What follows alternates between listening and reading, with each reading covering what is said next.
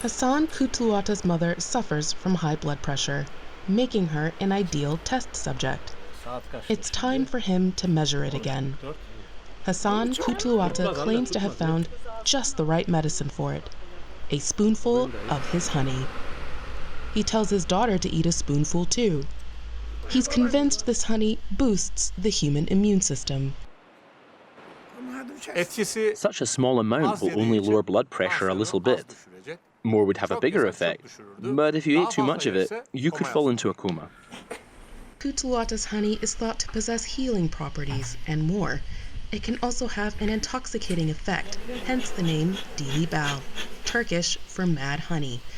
Kutluata takes orders for it from all across Turkey and sometimes even from abroad, but his bees produce this honey extremely sparingly. The dark in the center is chestnut blossom honey. Only the light part around the outside is mad honey. This honey has gained a sort of worldwide fame, partly because of a Sherlock Holmes movie adaptation. It's known locally as... What's wrong with Gladstone? Mad honey disease. The Kutluata family lives in the wild landscape of Turkey's Black Sea coast. Every day, they drive up into the mountains to check on their beehives. The medicinal or intoxicating effects their honey can have on people can be traced to the flowers of the pontic rhododendron. It thrives in this area. Its flowers and leaves contain substances that can have toxic effects when consumed. If someone eats too much of it, they can start to see black and stagger around.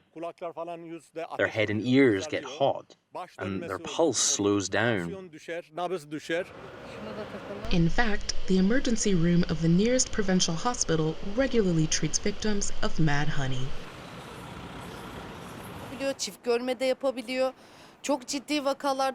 Some of them start seeing double. It can cause heart attacks or even cardiac arrest.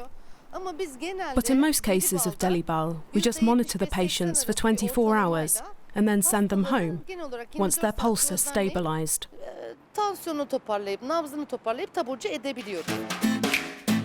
Yet the honey is not prohibited. Beekeeper Hassan Kutluata naturally emphasizes its beneficial qualities. He's willing to climb to the treetops in pursuit of it, the only place the hives are safe from the region's bears. Around 16 years ago, he surprised a bear raiding his hives and almost didn't survive the encounter. The bear attacked me right away. We were close to a steep slope and both rolled about 20 meters down into a creek. There, we started fighting each other. I tried to keep him at a distance with my hand in his mouth. You see?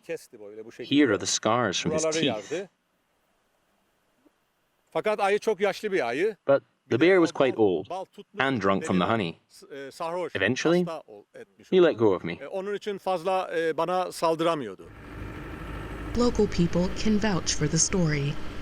They've nicknamed Kutluata the Bear Wrestler. Back to the bees and the alleged healing effects of the mad honey. 10 minutes later, Kutluata checks his mother's blood pressure again. He finds that it's dropped another percentage point.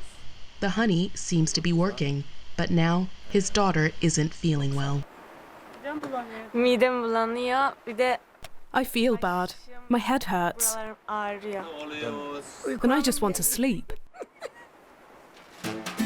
Hassan Kutluata already has Iran, a salty yogurt drink, at the ready to counter the side effects.